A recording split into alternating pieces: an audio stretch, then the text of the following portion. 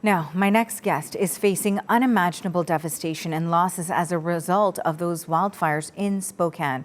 I want to welcome Bobbie Atwood to the program. She joins us now from Medical Lake, Washington. Bobbie, first, I want to start, of course, thank you for joining us, but I am very sorry for all that you have lost. I'm wondering how you're feeling in this moment today. I'm feeling a little bit devastated, but very thankful for the community and the firefighters and the first responders and everybody that's just trying to get everybody saved. Now, it's my understanding that you lost your home, you had several pets as well, all of your belongings. Can you take me through how the day unfolded for you when you realized that you needed to leave fast?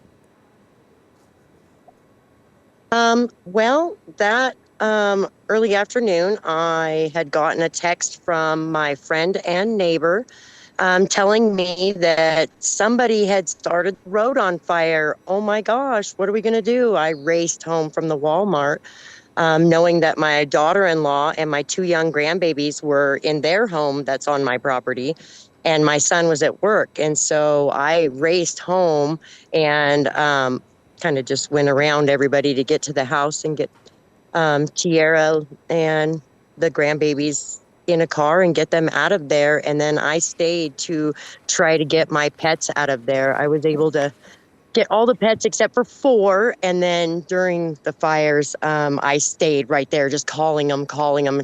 And like, as things were exploding on my property, 2 of the dogs ran off. And I don't know, that was the picture that was in the paper of me holding my dog, Luna, who made it out of the fire, and her daughter, and she got some vet care and is with my other children now. But it was extremely scary. I was just so thankful I was close enough to home to get home and get the tires aired up on the car to get my daughter-in-law and my grandbabies out of there. What an unbelievable... Please go ahead. Yeah, I lost 2 pets in the fire, two puppy dogs, theirs and mine, and then 1 kitty and our chicken. I'm incredibly sorry once again for that loss. And I mean, what an unbelievable experience. You recall it with such calm. I mean, how are you reflecting on what you've endured over the past few days? I think that, I've endured a lot. Yes, all the memories, all the keepsakes, all those things are gone.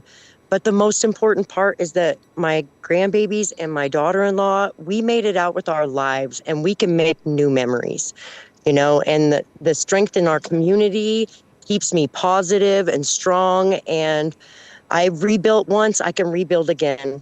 We're strong and we can endure this. The strength from the community helps us, definitely. I mean, your perspective is admirable, I have to say, and I'm sure it's that sort of strength that is also helping as you have to sort of hold it together for the family too, as you did, as you watched all of this happen and made sure that everyone could stay calm and get to safety. What are the next steps for you from this point?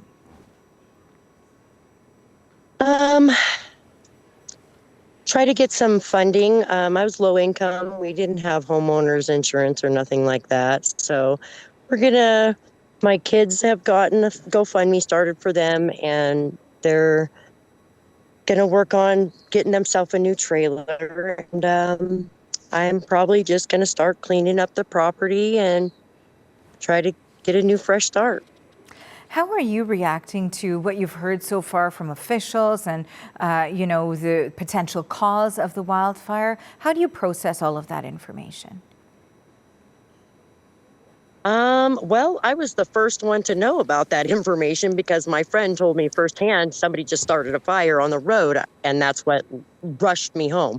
So I'm so thankful for my friend for letting me know, because I might not have been close enough to get my grandkids out.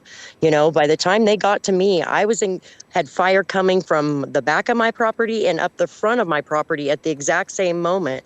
And there was no time for the firefighters to be able to stop it or get it to go around my house or my vehicles. I had a collection of Chevys and, a classic car in my garage, in front of my garage, and the kids had their dirt bikes and 4-wheelers. They just didn't have time. And when it's that close, it's scary. We're looking at the images, of course. I'm so thankful for all the firefighters. Yes, and we're looking at the images that you've sent to our producers to take a look at what the scene was like for you as well. You mentioned, of course, that there's been a lot of support in the days following that. What would you like people to know about this situation and how things have gone over the past few days?